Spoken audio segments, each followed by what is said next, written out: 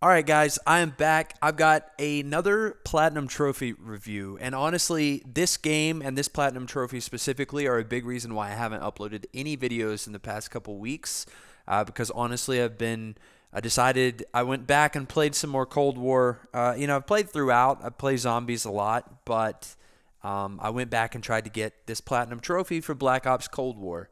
And that took quite a bit of playing some certain type of game modes that I'm going to get into in a bit when I talk about some of the most difficult trophies for me.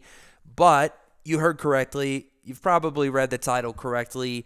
You've probably seen the thumbnail. I got the platinum for Black Ops Cold War for the PS5. That's the version that I played. And frankly, I have to say that this is probably one of the hardest trophies that I can ever remember getting. PSN Profiles says that it's not the rarest platinum trophy that I have. It actually puts some older sports games as my rarest platinum trophies, like MLB 12, the show. Apparently, less than 1% of PSN Profiles players got it. So apparently this one was not the rarest, but I have to say I think it was probably the hardest. It was harder even than something like Modern Warfare 2 was a very difficult platinum trophy for me. I think Call of Duty games by themselves, the first thing you have to think about is you have to finish the campaign on veteran difficulty, which is the hardest difficulty. Well, it's not the hardest. I think now they have realism, which is even harder than veteran, but you have to finish the campaign on veteran difficulty, which is not easy.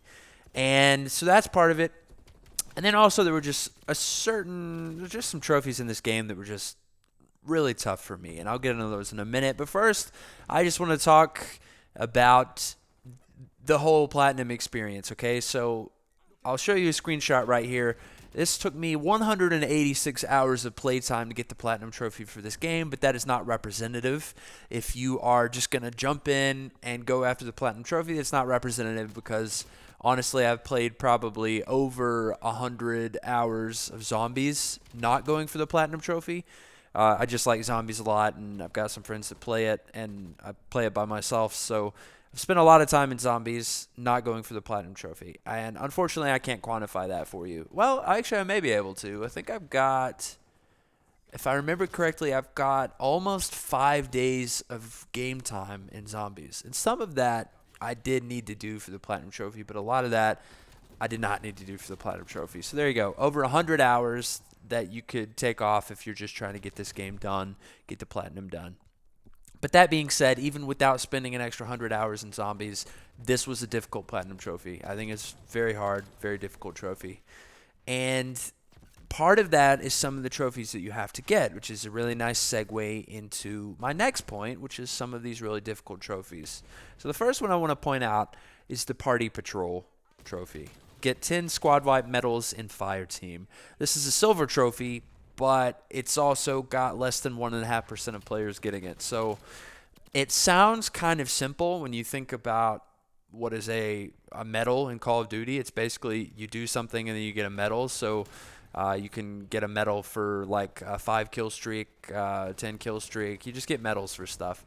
The squad wipe medals in Fire Team. So Fire Team is a specific type of game. It's almost sort of Warzone-y if you've ever played Warzone. But the trophy itself is you have to kill the last member of a squad, the last alive member of a squad, to get the medal. And you have to do that 10 times, okay? So the hardest part about this trophy is the fact that it's essentially luck. You just have to play the game and hope that you get lucky enough to get a squad wipe medal. That's really all it is. Unless you manage to single-handedly kill all 4 members of an opposing squad, if you're really good, which I'm not, you're not just going to get this by just going after people. So Fire Team is similar to Warzone in that you have higher health. You can put armor in, and it's just tougher to kill somebody. So I found that I just tried to play the objective and just try to kill guys. And eventually I got it, and it was very difficult. It was just sort of a luck-based thing. I enjoyed Fire Team quite a bit, so that was fun. It wasn't like it was a grind. And that's another thing I want to say. This was a fun platinum trophy to get. Like I said, it was hard, but it was fun. I really enjoyed it, and I'm glad that I did it. And it was a really fun experience. By the way, what you're seeing here is some domination gameplay from Black Ops Cold War. I know I didn't introduce the gameplay, but frankly, this is not about the gameplay. I'm not showing specific gameplay about the trophies. I just wanted to show you a decent gameplay that I had, a little domination action. I'm currently in a Chopper Gunner AC-130 type thing. Not a Chopper Gunner. I think it's a gunship, they call it in Cold War. So that's one trophy that was very difficult. Another trophy, the Explosive Finish Trophy.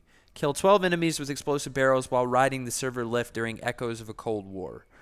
This is a bronze trophy, but less than 1% of players have it. This one, like another one that I'm going to touch on in a minute, was just, it was honestly tougher for me than finishing the campaign on Veteran.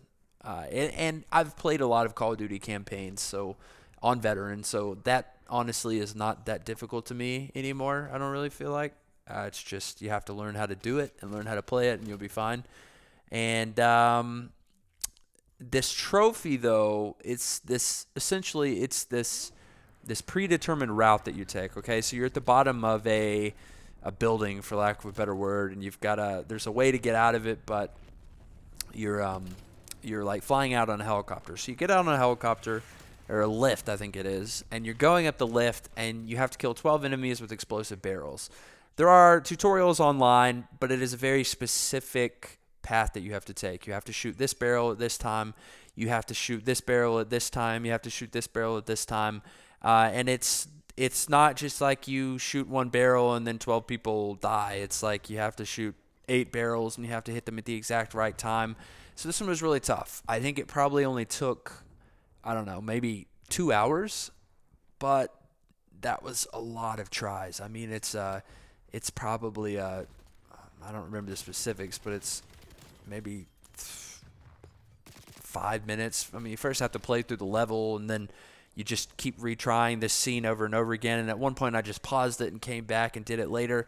For me, I think it was just the frustration, the mental frustration of having to try to get this trophy that was so difficult for me. And then once I got it, I wasn't even satisfied. There were other trophies that I was really satisfied after I got them. I wasn't even satisfied. I was just sort of like, good riddance. Thank goodness I don't have to do that anymore. So that one was tough, and it's just sort of gated, and you have to just do it correctly. But there are tutorials. You can certainly do it. Anybody can do it. Which brings us on to our next trophy, Scorched Earth 2. Blow up all trucks and guard towers on the approach to the monastery in the final countdown, which is a campaign level. Silver trophy. Less than half of 1% of players have gotten this trophy.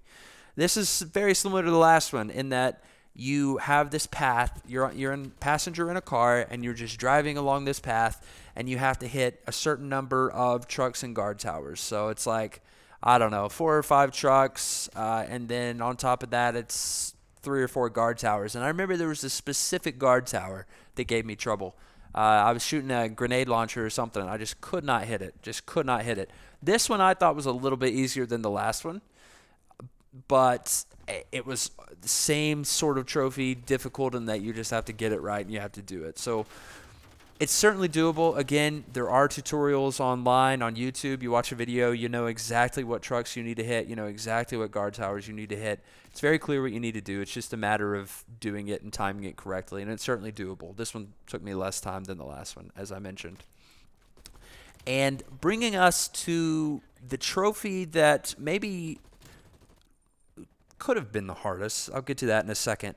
Reunited with Fidolina. Defeat the Mama Back and save your dear friend. Bronze trophy. 0.2% of players earned as of the time I took this screenshot. This one was brutal. It got a little bit better. So this is Dead Ops Arcade. If you've ever played Dead Ops Arcade, it is something that Treyarch has put in multiple Black Ops games. It is a top-down sort of arcadey shooter. Okay, so you're top-down, not third-person exactly, but it's a top-down, and you move with the left stick and you rotate your character with the right stick. I mean, everybody's played the games. Geometry Dash was, is that what that's called? Geometry Dash? Yeah, that sounds right. Geometry Wars, that's right. Geometry Wars, there are other games, but it's the same idea as that. And there are all kinds of power-ups. It's like a 58 level thing, okay? So, and it's zombies. I mean, you're killing hordes of zombies, and at the end, there's this boss fight that is a Mama Back. That's what it's called. And there are certain things about this trophy that they have made a little bit easier. Okay, so for one thing, as part of Dead Ops Arcade, you can get these first-person trophies. Okay, not trophies. That's not the right word. Power-ups, if you will. So you get this power-up and you change from the top-down view to first-person. As an extension of that, they actually have a version of the game that is first-person Dead Ops Arcade, which is what I preferred. It's like playing normal zombies instead of playing this top-down arcade shooter, which I didn't have much interest in. I had to do the first-person version. It's the only version that I had any interest in, and if they didn't have this, I don't know that I would have done it. I mean, I could have done it, but it just wasn't fun. It was actually fun in first-person. I thought it was very similar to zombies, which I do love and enjoy a lot. They also have this version of the game called Advanced Start. This is the biggest help for you in getting the trophy. Essentially, and you can only do this, I think you can only do this in solo. I don't know. I did it solo. I guess you could do it with a party. There's meta about maybe there's like a power-up that you can get, that you can choose. It's called a stone, a spirit stone or something like that. But Advanced Start, you start from the last place that you died the last time you were doing it. With a little bit of overlap, you may have to repeat a level or two, but for the most part, you get to just start from where you were, which is beautiful. And it was a huge help. But nonetheless, I think this was the hardest trophy in the game. But overall, I thought this was a really fun platinum to get. I love the game. I love the platinum trophy. I had a really great time doing this. And this one, for me, was a really rewarding one. And I look forward to the next Modern Warfare game so I can hopefully do the same thing again. And I hope that it has a good trophy list as well.